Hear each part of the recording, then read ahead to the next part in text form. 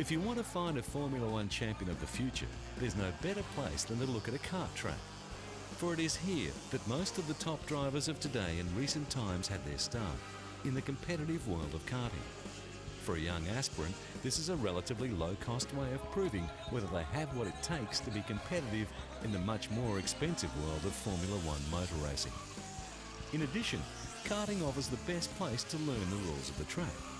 Here, a beginner can obtain first-hand experience of race conditions and gain an understanding of basic principles like handling and braking. Hot rodder and race car builder Art Ingalls is credited with building the first kart in 1956. Ingalls, a former pilot, may have seen the idea in the Air Force, where it is thought bored aircrew built small racing machines from tubular steel. A recycled lawnmower engine was the power plant of choice for many of the first karts. Competition racing took off, and a world championship was established in 1964 for 100cc class races, with not surprisingly Italians being dominant in the early years. The list of Formula One pilots that cut their teeth in karting is quite impressive. The legendary Ayrton Senna began karting at the age of 13. In 1977, he won the South American Kart Championship. He later finished runner-up in the Kart World Championship on several occasions, but never won.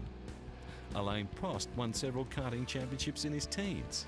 In 1974, he left school to become a full-time racer, supporting himself by tuning engines and becoming a kart distributor.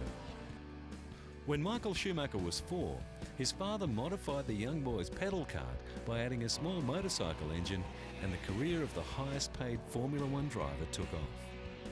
After a few footpath mishaps, the young Schumacher was taken to the local karting track at Kerpen, near his hometown in Germany, possibly for his own safety.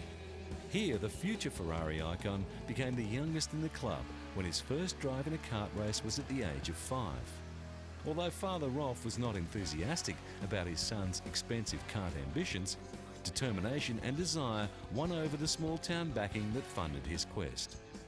There was one problem. In order to obtain a kart licence, the young 12-year-old Schumacher had to travel to Luxembourg in 1981, as German regulations require the driver to be at least 14 years old. 2 years later, in 1983, he obtained his German licence, and the year after, he won the German Junior Kart Championship. In 1987, he had his greatest triumph of a flourishing career, winning both the German and European Senior Kart Championship, catapulting him into Formula racing. He joined Eurokart dealer Alf Neubert in 1985. By 1987, he was the German and European kart champion, at which point he withdrew from school and began working as a mechanic. In October 2001, thousands of fans turned up at the Kerpen track to see Schumacher take on the best kart drivers. It was a surprise to many that Schumacher took the risk of pitting himself against the young hotshots of the karting world. Schumacher, who lost weight to get ready for the race, proved that he had not lost any of his karting skills by setting the fastest time in free practice. Willy Webber, the manager of the Schumacher brothers, said he was pleased to see Michael racing in karts again. "It's nice to see him coming back to his roots," he said. "Watching him here reminded me of how it all started 12 years ago." Even his poor qualifying time did not dent Schumacher's enthusiasm. "I like being at the back because that's where you get all the battles," said the Ferrari driver, who was cheered on by some 5,000 fans on Sunday.